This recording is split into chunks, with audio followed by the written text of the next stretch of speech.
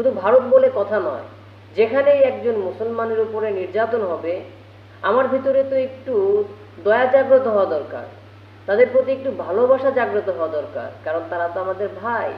আল মুসলিম আকুল মুসলিম, মুসলমান মুসলমানের ভাই। আল মুসলিমু কা জাসাদিন ওয়াহিদিন, মুসলমান যেখানেই থাকুক, মুসলমান হচ্ছে একটা শরীরের ন্যায়। শরীরের কোনো অঙ্গে যদি ব্যথা লাগে, সমস্ত শরীর যন্ত্রণা হয়, সমস্ত শরীরে সেই ব্যথা অনুভব হয়। অতএব বিশ্বের যে কোনো জায়গায় একজন মুসলমানের উপরে যদি নির্যাতন হয়, তাহলে আপনি যে প্রান্তেই থাকেন না কেন, আপনার মুসলমান ভাইয়ের উপরে নির্যাতন হওয়ার কারণে আপনার ভেতরে দাহ সৃষ্টি হবে। এটাই হচ্ছে ঈমানের দাবি। আসসালামু আলাইকুম ওয়া রাহমাতুল্লাহি ওয়া বারাকাতুহু। আলহামদুলিল্লাহি ওয়াহদাহ ওয়াসসালাতু ওয়াসসালামু আলা মান লা নাবিয়্যা বা'দা। সম্মানিত বন্ধুগণ, খুবই দুঃখজনক একটি বিষয় নিয়ে আপনাদের সামনে উপস্থিত হয়েছে। আমরা সকলেই প্রত্যক্ষ করছি আমাদের পার্শ্ববর্তী রাষ্ট্র ইন্ডিয়াতে কিভাবে আমাদের মুসলিম ভাই বোনদের উপরে নির্যাতন করা হচ্ছে। এই করুণ দৃশ্য দেখে যদি আপনার অন্তরে সামান্য পরিমাণ মুসলমানদের প্রতি দয়া এবং ভালোবাসা জাগ্রত না হয়, তাহলে আপনি প্রকৃতপক্ষে কোনো মানুষ না, আপনি প্রকৃত কোনো মুমিন না। সম্মানিত বন্ধুগণ, আমরা দেখছি কিভাবে মুসলমানদের উপরে নির্যাতন করা হচ্ছে।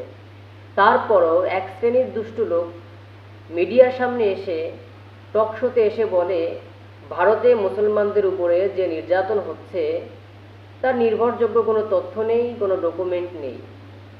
তাদের ক্ষেত্রে আমি আল্লাহ তাআলার সে আয়াত শুনিয়ে দিতে চাই, সুম্মুম বুকমুন উময়ুন ফাহুম লা ইয়ারজিউন, তারা বধির, বোবা এবং অন্ধ। আল্লাহ তাআলার এই আয়াতের অর্থ, আল্লাহ তাআলার এই আয়াতের মর্মার্থ হচ্ছে, তাদের শ্রবণ শক্তি থাকা সত্ত্বেও তারা সত্য শ্রবণ করে না, তাদের সত্য কথা বলার সামর্থ্য থাকা সত্ত্বেও তারা সত্য কথা বলে না, তাদের সত্য দেখার সামর্থ্য থাকা সত্ত্বেও তারা চোখ দিয়ে সত্য জিনিস দেখেও না দেখার ভান ধরে।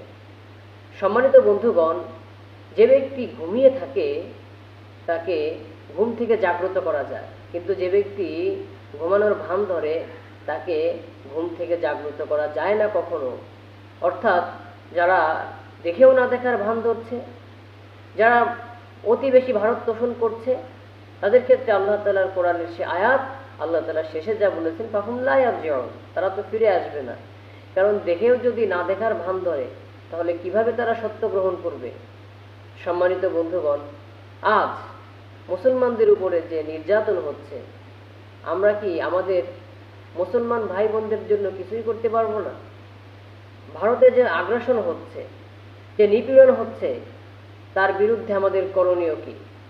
আমাদের করণীয় হচ্ছে আমাদের সামর্থ্য অনুযায়ী সর্বোচ্চটুকু প্রচেষ্টা করা, ভারতের মুসলমান ভাই বোনদের পাশে দাঁড়ানো। আমরা যেভাবে পারবো সেভাবেই তাদের পাশে দাঁড়াবো।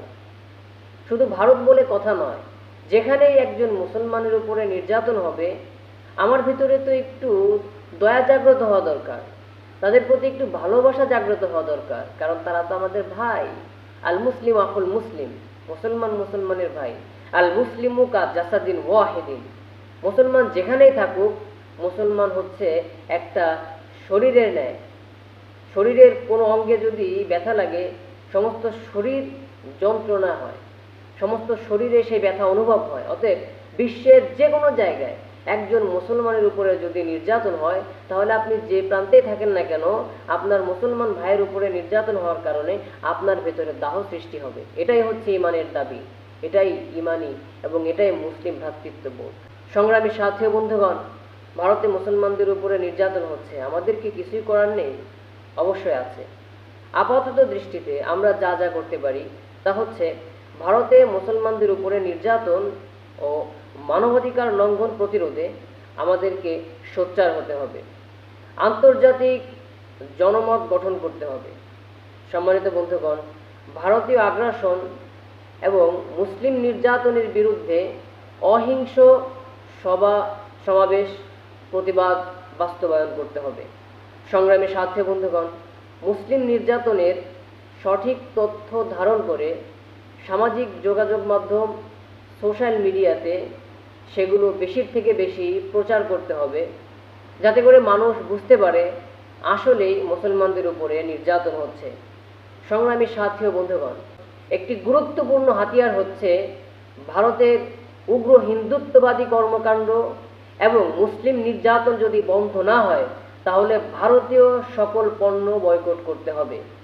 সংগ্রামী সাথী ও বন্ধুগণ, আন্তর্জাতিক মানবাধিকার সংস্থাগুলোকে সঠিক তদন্তে বাধ্য করতে হবে। প্রিয় বন্ধুগণ, আসুন আমরা ভারতের মুসলমানদের পাশে দাঁড়াই। শুধু ভারত নয়, সমগ্র মুসলিম বিশ্বের পাশে দাঁড়াই। যেখানেই মুসলমান নির্যাতিত হচ্ছে সেখানেই প্রতিবাদ গড়ে তুলুন।